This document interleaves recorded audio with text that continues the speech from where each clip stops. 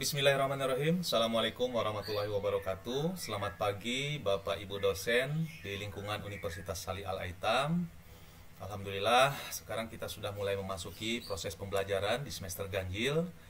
Hari ini saya akan memberikan sedikit tutorial tentang penggunaan aplikasi Septima untuk proses pembelajaran dosen di lingkungan Universitas Salih Al-Aitam. Khususnya untuk dosen-dosen yang baru bergabung, saya ucapkan selamat datang, selamat bergabung di Universitas Salih Al-Aitam. Nah, tentu saja dalam penggunaan aplikasi Septima, teman-teman dosen yang baru bergabung sedikit mengalami kendala. Oleh sebab itulah maka saya membuat sedikit tutorial ini agar bisa membantu proses administrasi dosen dalam melakukan proses pembelajaran. Nah, adapun untuk dosen-dosen yang sudah lama, ini juga sebagai review ulang bahwasanya untuk pembelajaran ke depan kita wajib menggunakan aplikasi Septima, karena aplikasi Septima ini adalah sebuah tool yang kita pakai agar mensinkronkan proses pembelajaran yang sudah dilakukan dengan laporan yang nanti akan kita sampaikan ke PDDikti. Nah, oleh sebab itulah Bapak Ibu dimohon untuk aktif menggunakan aplikasi Septima. Baik mahasiswa ataupun dosen juga kita dorong untuk aktif menggunakan aplikasi Septima ini. Nah, untuk Bapak Ibu yang belum mendapatkan akun Septima, silakan saja menghubungi pihak akademik. Nanti kita akan bantu dalam proses pembuatan akunnya. Baik, sebelum kita masuk kepada penggunaan aplikasi Septima, tentu saja ada beberapa atribut yang mesti kita siapkan. Di antaranya itu yang pertama itu adalah RPS. Nah, RPS atau biasa dinamakan dengan perangkat, ya, perangkat pembelajaran 16 pertemuan ke depan. Nah, itu kita susun dalam bentuk RPS. Nah, hari pertama atau minggu pertama apa yang akan kita sampaikan, kemudian indikatornya seperti apa, bahan ajar yang kita sampaikan itu dalam bentuk apa, apakah video, ataukah PowerPoint, ataukah modul, ataukah misalnya langsung riset lapangan dan lain sebagainya. Itu silakan saja Bapak Ibu sesuaikan dengan karakter daripada mata kuliah yang akan Bapak Ibu sampaikan kepada mahasiswa. Nah, terkait dengan pembuatan RPS ini sudah saya sampaikan pada saat refleksi kurikulum. Nah, kepada kawan-kawan yang lupa, silakan dibuka kembali modul-modul yang sudah saya berikan. Nah, hari ini saya khusus untuk membuat atau mendemonstrasikan sedikit mengenai penggunaan aplikasi Septima. Baik Bapak Ibu, kita langsung saja. Yang pertama yang perlu dipersiapkan itu adalah RPS. Nah, sebagai contoh, ini saya sudah membuat RPS pengantar ekonomi mikro. Nah, ini akan saya sampaikan kepada mahasiswa itu berdasarkan CPL Prodi. CPL Prodi ini adalah CPL atau capaian profil lulusan yang sudah ditentukan dan dibuat oleh Prodi yang dibebankan kepada mata kuliah. Tentu saja ini dibebankan kepada mata kuliah saya, ekonomi mikro. Nah, ini CPL ini silakan nanti ditentukan dan disepakati di Prodi. Nah, kemudian dari CPL ini saya turunkan menjadi CPMK. Nah, dari CPMK inilah kemudian saya buat dalam bentuk sub CPMK dan pada akhirnya saya membuat 16 pertemuan yang akan saya sampaikan kepada mahasiswa selama perkuliahan mengikuti pengantar ekonomi mikro. Nah, inilah yang nanti yang akan kita input Bapak Ibu, yang akan kita input di dalam aplikasi Septima. Nah, jadi yang pertama itu Bapak Ibu harus sudah memiliki RPS atau rencana pembelajaran semester selama 16 pertemuan ke depan. Nah, kurang lebih seperti itu. Nah, kemudian dari RPS ini Bapak Ibu tuangkan ke dalam bentuk bahan ajar. Nah, bahan ajar bisa saja dalam bentuk PowerPoint. Misalnya seperti ini saya membuat PowerPoint. Nah, ini saya membuat PowerPoint yang pertemuan pertama itu mengenai pengenalan mata kuliah ekonomi mikro. Di sini saya menyampaikan kepada mahasiswa mengenai perkenalan diri, kemudian juga di sini saya sampaikan kontrak perkuliahan. Jangan lupa Bapak Ibu di awal pertemuan tolong disampaikan kepada mahasiswa mengenai kontrak perkuliahan. Nah, kemudian juga apa saja ornamen-ornamen yang menjadi penilaian di dalam perkuliahan yang kita sampaikan itu juga harus kita sampaikan terkait dengan penilaian, pertemuan dan lain sebagainya. Ini di pertemuan pertama ini harus clear sehingga ada kesepakatan antara mahasiswa dengan dosen. Bahkan kalau misalnya kita memiliki semacam aturan-aturan di dalam kelas, itu silakan saja disampaikan di pertemuan awal. Contoh misalnya saya tidak ingin ada mahasiswa yang membawa makanan misalnya ke dalam ruangan kelas, ya silakan, itu silakan Bapak Ibu terapkan, ya silakan Bapak Ibu sampaikan di awal perkuliahan dan itu disepakati baik oleh mahasiswa ataupun dengan dosen.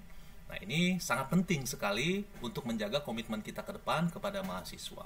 Terkait juga dengan UTS, UAS, tugas dan kuis beserta absensi ini juga perlu ditekankan kepada mahasiswa kita. Jangan sampai mahasiswa kita tidak memperhatikan tugas kuis dan absensi ini. Mereka hanya fokus kepada UTS dan UAS saja gitu. Padahal sebetulnya tugas kuis dan absensi ini sangat berpengaruh terhadap komposisi penilaian terakhir. Nah itu Bapak Ibu, jadi kita harus menyiapkan yang pertama itu RPS, kemudian juga bahan ajar. Nah RPS ini dan bahan ajar itu harus tersinkron, harus sama. Jangan sampai yang di RPS ini misalnya perkenalan kontrak perkuliahan, tapi di materi yang kita ajarkan tidak ada. Nah itu jangan sampai gitu, nanti jadi temuan pada saat akreditasi. Kalau bisa yang ada di sini itu harus kita sampaikan semua di bahan ajar ini. Sebagai contoh misalnya di sini mengikuti dan menjelaskan sekilas mengenai ilmu ekonomi, harus ada. Nah, ini misalnya. Nah, sekilas mengenai ilmu ekonomi, pokok permasalahan ekonomi. Nah, di sini semua ada tuh. Pokok permasalahan ekonomi, menjelaskan definisi ilmu ekonomi, di sini ada definisi ilmu ekonomi, pembagian ilmu ekonomi, lingkup pembahasan ilmu ekonomi mikro. Nah, ini adalah pertemuan pertama di minggu pertama. Nah, jadi RPS yang ada di sini itu semuanya harus kita sampaikan di bahan ajar yang akan kita berikan kepada mahasiswa. Begitu juga dengan pertemuan yang kedua dan seterusnya. Semuanya harus sama, sesuai dengan mata pelajaran atau sesuai dengan bahan ajar yang akan kita sampaikan. Jadi jangan sampai RPS-nya kemana, gitu, bahan ajarnya kemana, kita mengajar di dalam kelas kemana, gitu. Nah itu tidak akan bisa diukur. Nantinya tidak bisa diukur. Nah nanti alat ukurnya itu berada di sini Bapak Ibunya. Di sini ada korelasi CPMK terhadap sub CPMK. Di sini bisa kita ukur. Sehingga kalau bisa terukur seperti itu, RPS kita ini sangat-sangat bermanfaat dan bisa dipertanggungjawabkan pada saat akreditasi. Kita hanya memunculkan RPS saja, kita sampaikan kepada asesor bahwasanya perkuliahan pengantar ekonomi mikro ini sudah memenuhi 100% target daripada capaian profil lulusan yang dibebankan oleh prodi kepada mata kuliah. Kita bisa menjawab seperti itu. Nah, beda halnya kalau misalnya yang kita sampaikan dengan RPS itu berbeda, tentu kita tidak akan bisa menjawab secara akurat. Itu Bapak Ibu. Baik, saya langsung saja kepada penggunaan Sepima. Nah, silakan Bapak Ibu membuka di Google ataupun di Mozilla Firefox itu akun Sepima Bapak Ibu. Nah, di sini kalau diketik alamatnya itu kurang lebih unisal.siakatcloud.com/get/login. Nah, ini Bapak Ibu biar tidak repot, di laptop Bapak Ibu ini di bookmark saja. Caranya adalah klik yang angka 3 tanda 3.3 di paling kanan ini. Kemudian Bapak Ibu klik bookmark dan daftar. Lalu klik bookmark tab ini. Nah, kalau sudah di bookmark, maka otomatis si halaman ini akan muncul di sini. Nah, sehingga kita tidak perlu kerepotan mengetik ulang, mengetik lagi si akad cloud seperti itu. Jadi ini tinggal klik saja yang ini. Begitu diklik dia akan muncul seperti ini. Nah, kalau sudah muncul Bapak Ibu silakan masuk melalui email Bapak Ibu atau melalui akun Bapak Ibu. Nah, untuk memasukkan materi-materi itu kita masuk ke Edlink. Jadi untuk dosen itu ada dua perangkat, yaitu Edlink dan SIM akademik. Nah, kalau di SIM akademik ini atau si akad ini biasanya pelaporan, ya pelaporan nilai, KRS, gitu kan. Kemudian kita ingin melihat kuesioner dan sebagainya itu di SIM akademik. Tapi kalau pembelajaran perkuliahan itu lebih banyak di Edlink. Nah, jadi kita klik saja yang Edlink. Nah, Bapak Ibu klik yang dosen, ya, yang dosen S1 manajemen ini. Nah, Bapak Ibu klik, lalu setelah muncul, nah, kalau misalnya kita sudah melaksanakan perkuliahan, ini kebetulan saya belum pernah melaksanakan perkuliahan, dia tidak muncul di sini. Tapi kalau misalnya hari ini saya ada perkuliahan, nah biasanya dia akan muncul seperti ini. Nah, ada seperti ini. Dia akan muncul seperti ini. Nanti di sini ada mulai. Nah, itu kita klik saja mulai. Karena kalau kita tidak klik mulainya, maka perkuliahan ini tidak akan berjalan. Jadi perkuliahan yang ada di Edlink ini on time, sesuai dengan jadwal yang sudah disusun. Jadi kita melaksanakan perkuliahan sesuai dengan jadwal yang ada di Edlink ini. Nah, langkah pertama kita harus memasukkan dulu materi-materi kita. Ya, Bapak Ibu silakan diklik yang di atas ini, ruang kelas. Nah, di ruang kelas ini kalau yang belum tersinkron, kalau di sininya tidak muncul, silakan disinkron terlebih dahulu. Klik sinkron kelas ini, ya. Nah, agar apa? Agar semua mata kuliah yang kita ampu itu bisa dimasukkan ke dalam Edlink. Nah, silakan diceklis saja semua, berarti ini mata kuliah yang harus saya ajarkan kepada mahasiswa. Lalu diklik mulai sinkron. Nah, ada 4 kelas di sini. Nanti dia akan masuk semua di sini. Nah, kebetulan di sini saya ada metodologi penelitian bisnis, tetapi tidak saya yang mengajar. Cuman di sini ya tidak apa-apa, nanti di sini pelaporannya melalui saya gitu ya. Nah, tapi saya mengajar 4 ini.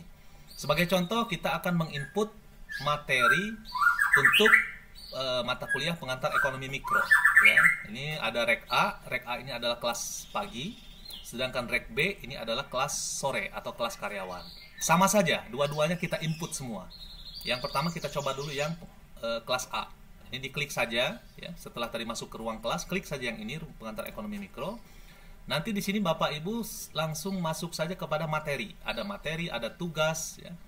Ada live conference. Live conference ini menggunakan Zoom atau Google Meet. Ada quiz, ada survei, ada info. Ketika kita punya info-info kepada mahasiswa, silakan diklik saja di sini ya. Atau acara. Ini semua kita bisa gunakan dan bisa kita maksimalkan. Yang pertama kita gunakan dulu bagaimana cara input materi. Nah, ini materi kita klik. Nah, pilih sesi. Semuanya ada 16 sesi, termasuk UTS dan UAS. Berarti UTS itu di sesi ke-8, UAS itu di sesi ke-16. Kita input semua. Sebagai contoh, kita pilih yang sesi pertama. Karena saya belum menginput sama sekali, sengaja saya tidak menginput. Karena ini akan saya jadikan sebagai bahan untuk tutorial. Jadi sengaja saya belum inputkan, supaya saya inputkan sekarang. Nah, sesi pertama ini akan saya input. Sesi pertama saya itu akan melaksanakan perkuliahan tanggal 5 Oktober jam 9.41 sampai 12.10, berarti pagi. Nah, tapi belum ada topik, saya klik. Topik sesi pertama apa? Nah, ini kita lihat Bapak Ibu, kita lihat di RPS kita. Nah, ini RPS kita nih. Itulah pentingnya RPS.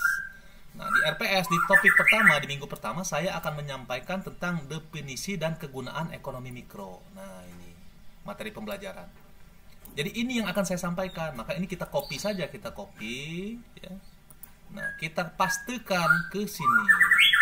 Nah, klik di topik sesi ini, paste di sini. Atau tempel. Nah, di situ. Kemudian langkah berikutnya kita klik. Nah, di sini kelas mana yang akan disampaikan? Ya, tentu saja di kelas yang Rek A, definisi dan kegunaan ekonomi mikro sesi 1. Judul materinya apa? Samakan saja boleh, disamakan. Nah, atau ada judul yang lain silakan. Kenapa ini ada judul materi ada sesi 1? Bisa saja misalnya definisi dan kegunaan ekonomi mikro ini 2 pertemuan. Kalau 2 pertemuan berarti 2 judul yang berbeda atau subjudul. Nah, makanya kenapa ada judul materi? Karena ini 1 pertemuan, saya samakan saja. Nah, jadi judul materi dengan sesi 1 ini saya samakan, definisi dan kegunaan ekonomi mikro. Nah, berkas atau dokumen, gambar atau video ini harus kita input. Nah, bagaimana caranya? Tambah berkas di sini, klik. Tambah berkas. Nah, di sini saya sudah menginput semuanya. Bapak Ibu bisa menyimpan di personal, di perguruan tinggi atau di Google Drive ya. Nah, untuk saya simpan di personal. Kalaupun misalnya ini penuh, maka ini saya hapus dulu semua. Karena ini kan pembelajaran yang tahun kemarin ya. Nah, contoh, saya akan menginput yang ini. Nah, ini. Mata kuliah yang ini. Sesuai dengan tadi ya, sesuai dengan sesinya, yaitu pertemuan pertama. Mata kuliah ekonomi mikro, saya akan menginput mata kuliah dengan judul tentang pengenalan ekonomi mikro ya. Ini saya close dulu. Saya close. Saya tambah, klik tambah di sini ya. Jadi Bapak Ibu cari di mana tersimpannya. Kalaupun misalnya di YouTube, silakan YouTube masukkan saja di sini linknya ya. Nah, kita upload. Saya upload. Nah, saya masuk ke sini di tempat saya menyimpan perkuliahan ekonomi mikro. Nah, kemudian di sini saya ambil misalnya nah, ini pertemuan yang pertama. Saya masukkan PDF-nya. Ya, jangan PowerPoint-nya ya Bapak Ibu ya, PowerPoint-nya terlalu besar filenya, yang PDF saja. PDF pertemuan 1 konsep dasar ekonomi mikro. Open. Nah, dia akan otomatis terupload di sini. Nah, karena di sini sudah habis, saya hapus satu dulu ya Bapak Ibu. Ini misalnya ini saya hapus dulu lah. Nanti saya masukkan lagi. Ya. Ini saya hapus. Hapus karena tadi tidak bisa. Ini juga saya hapus. Saya hapus dulu. Karena ini perpajakan saya sudah kemarin, saya sudah, nah, makro juga ini sudah. Nanti saya akan hapus semua ini. Saya ganti dengan materi-materi yang baru yang akan saya sampaikan kepada mahasiswa yang sekarang. Nah, klik tambah tadi ya, kemudian kita cari filenya. Nah, di sini saya ada pertemuan 1 konsep dasar ekonomi mikro. Nah, kita open. Nah, dia sudah terinput di sini. Tuh, konsep dasar ekonomi mikro. Nah, kemudian kita tandai checklist di sini. Kita checklist lalu kita klik. Nah, ini ya, pilih item ini ya. Ini akan kita masukkan. Nah, jadi dia sudah masuk di sini. Sudah masuk di sini. Nanti ini yang akan diakses oleh mahasiswa kita. Jadi mahasiswa kita itu setelah mengikuti perkuliahan kita, dia akan mempelajari materi yang sudah kita berikan di Sepima ini. Tentu saja mereka akan mendownloadnya di akun Sepima mereka. Kalau sudah, langkah berikutnya Bapak Ibu klik saja. Nah, kemudian di sini ketikkan apa misalnya, apa yang ingin Bapak Ibu sampaikan. Sebagai contoh misalnya silahkan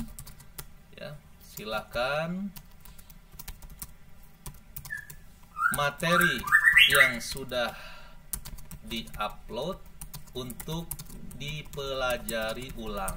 Nah, kalaupun misalnya ada tugas-tugas, Bapak Ibu silakan tambahkan saja di sini. Jangan lupa misalnya, jangan lupa kerjakan tugas yang ada di akhir materi. Nah, seperti itu misalnya. Jadi ini pengingat kepada mahasiswa kita kalau misalnya ada tugas atau ada latihan atau ada apapun itu. Misalnya ada lagi perintah kita, misalnya silakan kalian cari informasi mengenai apa misalnya gitu. Nah, itu silakan Bapak Ibu sampaikan di sini ya. Nah, karena ini tidak ada tugas, saya buang saja. Nah, jadi saya hanya menuliskan silakan materi yang sudah di-upload untuk dipelajari ulang. Nah, supaya mahasiswa itu mempelajari ulang. Kalau sudah, ini tinggal kita klik bagikan. Bagikan sekarang. Nah, kalau sudah dibagikan sekarang, dia akan masuk di sini. Jadi sudah keluar tuh pertemuan 1 konsep dasar ekonomi mikro. Jadi di sesi 1 mata kuliah pengantar ekonomi mikro, saya sudah mengupload bahan ajar saya yang akan nanti dipelajari oleh mahasiswa. Kalau sudah, kita teruskan kembali, klik kembali yang ke sini. Nah, kalau sudah kembali, lihat tadi yang pengantar ekonomi mikro rek A. Kalau mau yang rek B, silakan rek B juga diisi, rek A, rek B diisi semua. Yang rek A, kita klik lagi, misalnya materi lagi. Sesi keberapa? Sesi 2 yang belum. Nah, sesi 1 sudah masuk kan tuh. Sesi 1 sudah masuk topik, definisi dan kegunaan ekonomi mikro. Sekarang yang sesi 2, saya contohkan sekali lagi. Sesi 2, saya akan klik sesi 2.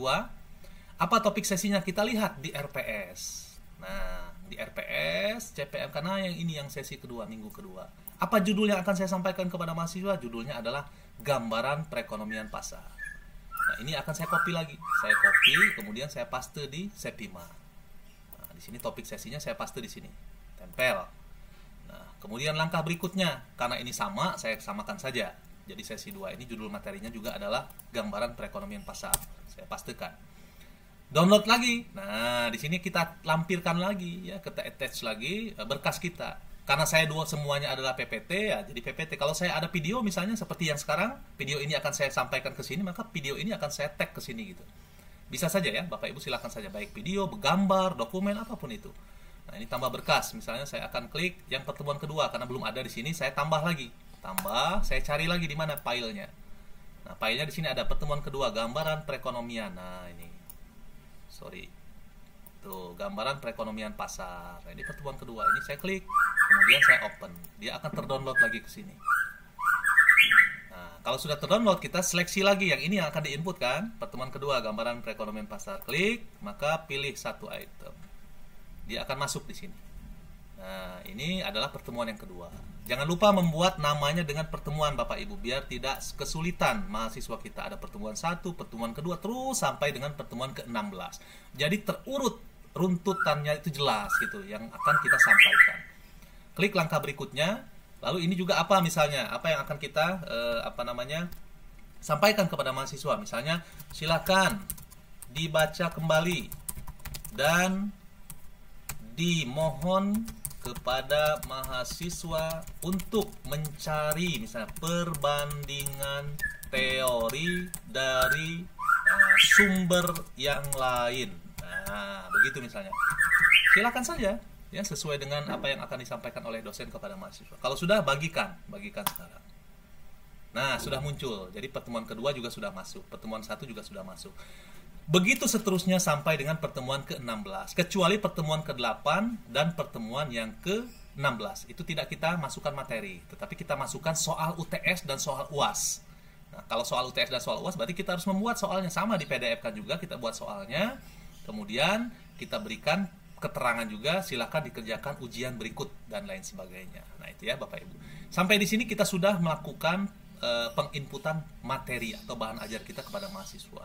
Begitu juga dengan tugas, sama langkahnya seperti itu, sama tugas di sesi berapa gitu kan, apa nama tugasnya, nanti diupload lagi, didownload lagi tugasnya. Kalau saya biasa membuat tugas dalam bentuk Microsoft Word, kemudian saya PDF-kan. Di situ saya buat 5 soal misalnya. Nanti saya upload ke sini.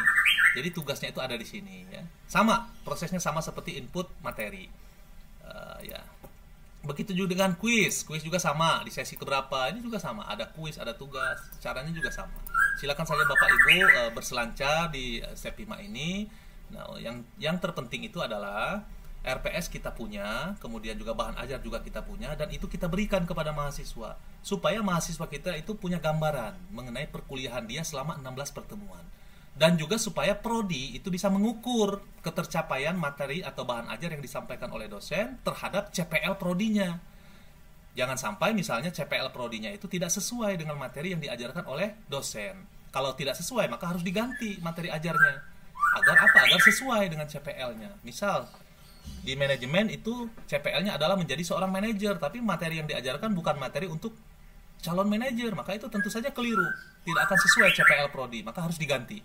Oleh sebab itulah kenapa RPS ini penting, dan tolong RPS ini disampaikan ke prodi masing-masing dan dikolektif di prodi, supaya apa? Supaya tidak membuat terus setiap tahun tuh RPS. Jadi cukup satu kali RPS dibuat, nanti ketika tahun berikutnya RPS ini digunakan lagi dan digunakan lagi. Kecuali kalau kita ada perubahan kurikulum, barulah RPS kita sesuaikan. Nah seperti itu Bapak Ibu. Oke, itu mungkin ya Bapak Ibu terkait dengan penggunaan memasukkan materi. Nah, bagaimana kalau soal presensi? Nah, kalau presensi nanti misalnya begini. Pada saat perkuliahan dimulai, Bapak Ibu login, kemudian Bapak Ibu masuk kepada akun Sepima, nanti biasanya di sebelah kanan ini akan muncul sesi-sesi perkuliahan yang akan kita laksanakan. Karena saya belum ada ya. Besok saya baru tuh hari Rabu, di sini hari Rabu saya baru melaksanakan perkuliahan, berarti ini baru muncul besok. Hari ini tidak ada. Nah, anggaplah sudah muncul seperti ini. Sesi 1 pengantar ekonomi mikro. Nanti di sini akan muncul materi kuliah yang sudah tadi kita share. Nah, nanti Bapak Ibu tinggal klik saja di sini mulai. Kalau sudah mulai, Bapak Ibu klik presensi. Nah, karena saya belum bisa ya, belum waktunya, maka presensi belum bisa dilakukan. Nanti akan muncul di sini presensi. Silakan Bapak Ibu absen anak-anak mahasiswa kita. Supaya gampang, cara absennya adalah catat saja mahasiswa yang tidak hadir. Misalnya tidak hadir ada 5 orang misalnya gitu. Maka nanti kita tinggal menginput yang tidak hadir tersebut. Atau misalnya akan menggunakan barcode, silakan. Nanti barcode-nya ditampilkan di layar ya. Silakan barcode-nya silakan nanti Bapak Ibu tampilkan di layar, Bapak Ibu tampilkan di menggunakan InFocus. Nanti anak-anak mahasiswa menggunakan HP-nya untuk melakukan presensi. Kalaupun misalnya tidak menggunakan seperti itu, silakan Bapak Ibu presensi secara manual oleh Bapak Ibu sendiri juga bisa. Ya, itu mungkin Bapak Ibu sepintas mengenai bagaimana kita memulai ya akun Sepima kita, terutama ini untuk dosen-dosen yang baru bergabung. Saya hanya sekedar mengingatkan, semoga saja tutorial yang barusan saya sampaikan ini bermanfaat. Kalaupun seandainya masih kurang jelas, silakan Bapak Ibu bisa berkonsultasi langsung dengan saya. Karena memang tadinya saya ingin melaksanakan semacam BIMTEK, cuman dari pengalaman yang sudah kalau tidak dibuat video seperti ini lupa lagi gitu. Makanya saya sekarang buatkan videonya supaya bisa dibuka ulang. Kalaupun seandainya kita ada yang lupa, Bapak Ibu silakan untuk membuka ulang video ini dan mempelajarinya kembali. Sisanya, selebihnya itu Bapak Ibu silakan untuk berselancar sendirilah di Sepima. Banyak sebetulnya tool-tool yang bisa kita manfaatkan. Sebagai contoh misalnya tool KRS itu kita bisa berkomunikasi dengan mahasiswa kita, berdialog dengan mahasiswa kita melalui kolom chat misalnya gitu ya. Perkuliahan juga kita bisa menggunakan kolom chat. Di situ kita bisa berdialog atau berdiskusi ya. Silakan saja dimaksimalkan. Yang terpenting adalah di dalam proses pembelajaran dosen dan mahasiswa itu wajib menggunakan aplikasi Sepima. Itu Bapak Ibu. Agar apa? Agar proses pembelajaran kita itu tertib, terukur dan bisa kita memperbaiki ketika nanti pada saat evaluasi ada hal-hal yang memang tidak sesuai misalnya dengan visi misi universitas, visi misi fakultas dan prodi dan juga CPL daripada prodi. Itu bisa kita perbaiki. Nah, kalau kita tidak dari sekarang untuk menertibkan diri, maka kita akan semakin liar nantinya gitu. Makanya sekarang saya tentukan bahwasanya aplikasi Sepima itu menjadi wajib bagi kita agar bisa kita ukur pembelajaran yang kita sampaikan kepada mahasiswa. Mungkin itu saja Bapak Ibu dosen Universitas Saleh Al-Aitam yang bisa saya sampaikan. Terima kasih banyak. Selamat bergabung kepada dosen-dosen yang baru dan juga selamat kepada mahasiswa baru yang sudah bergabung juga di Universitas Saleh Al-Aitam. Mari kita sama-sama memajukan dunia pendidikan melalui proses pembelajaran yang tentu saja yang lebih baik dan tentu saja lebih bermanfaat kepada mahasiswa. Terima kasih. Wassalamualaikum warahmatullahi wabarakatuh.